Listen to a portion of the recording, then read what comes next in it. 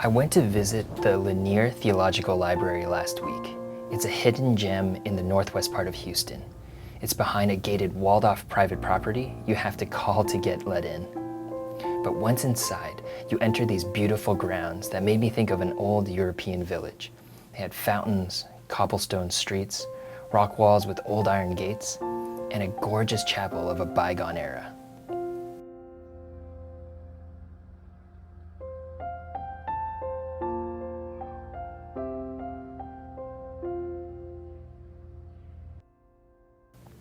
The library itself is worth the trip. It's what you expect at an old English university. Books stacked floor to ceiling, encased in dark, lacquered wooden shelves, chandeliers that illuminate the halls with a candlelight hue, and ornate ceilings that draw your eyes and imagination upwards. Each room carries that ambiance with a woody and earthy scent that can only come from aged, leather-bound books. It's a calm silence with only the sound of creaks from the wood floors as you tiptoe from one room to the other. After remembering how library classification systems work, I was able to navigate my way through to an old book that I had spent a lot of my adolescence reading. This book was gifted to me by one of my best friends from high school, and it had a big impact on me.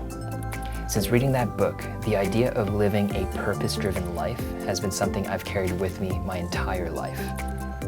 There is something about having a North Star that helps orient and align your path. It's a mental anchor as you journey through the ups and downs, and in the immediate helps bring meaning to everyday tasks. When it comes to companies, you often hear about SpaceX being one of the most purpose-driven and mission-aligned organizations. I've been told you can walk up to any employee and ask, "Why are you doing what you're doing?" And they'll be able to articulate, "Well, we're trying to make humanity multiplanetary. And to do that, we need to bring the cost of spaceflight down. To do that, we need to have reusable rockets.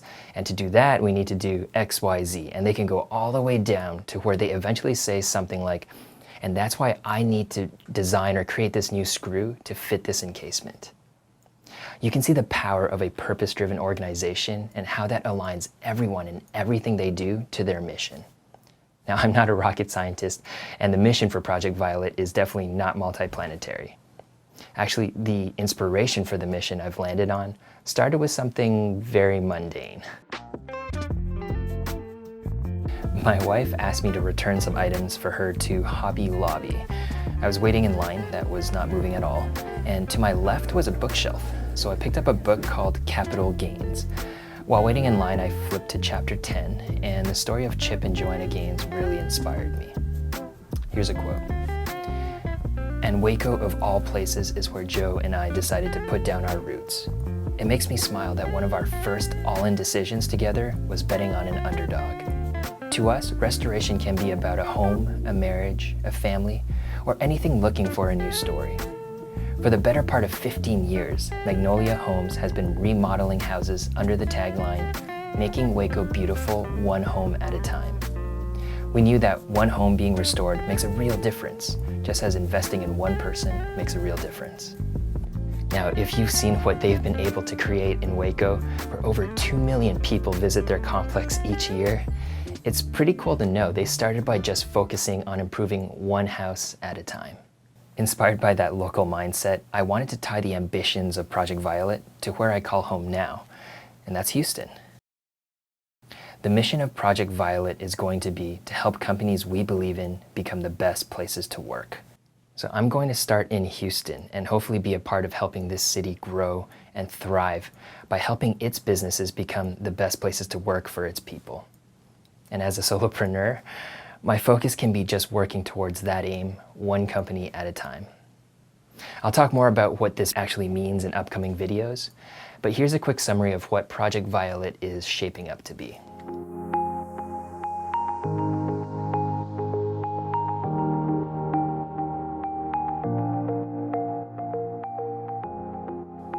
I remember my first job. My boss sat me down and told me, "HR only exists to make sure we don't get sued." I think that mentality has persisted for a long time, but things are changing, and HR expanding with what we call people operations is now essential for any growing business, no matter how small or large they are. At Project Violet, we believe people strategy is business strategy. Studies have shown that the best places to work are consistently outperforming the market, and that's what we're trying to do here. Our mission is to help companies we believe in become the best places to work. We spend a third of our lives at work, and we believe it should be a place where people can truly grow and thrive. To make this a reality, we partner with companies to establish their people operations. This is a vessel to execute on business strategy and achieve business results. It's also the structure and systems that surround your employees to help them grow and thrive.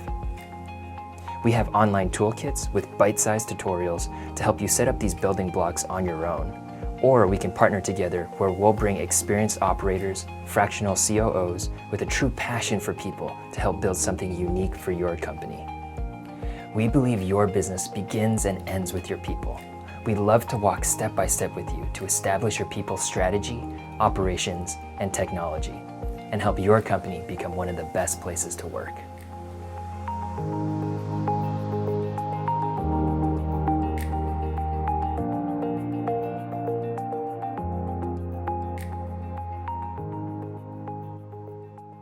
So that's the video that I've put together, and it'll go on the website, projectviolet.com. The accelerators and the toolkits I'm super excited about and what I'm really focused on right now. But on the next episode, I'll talk more about those and the concepts behind people operations and how that fits into helping companies become some of the best places to work. Thanks for watching, and I'll see you on the next one.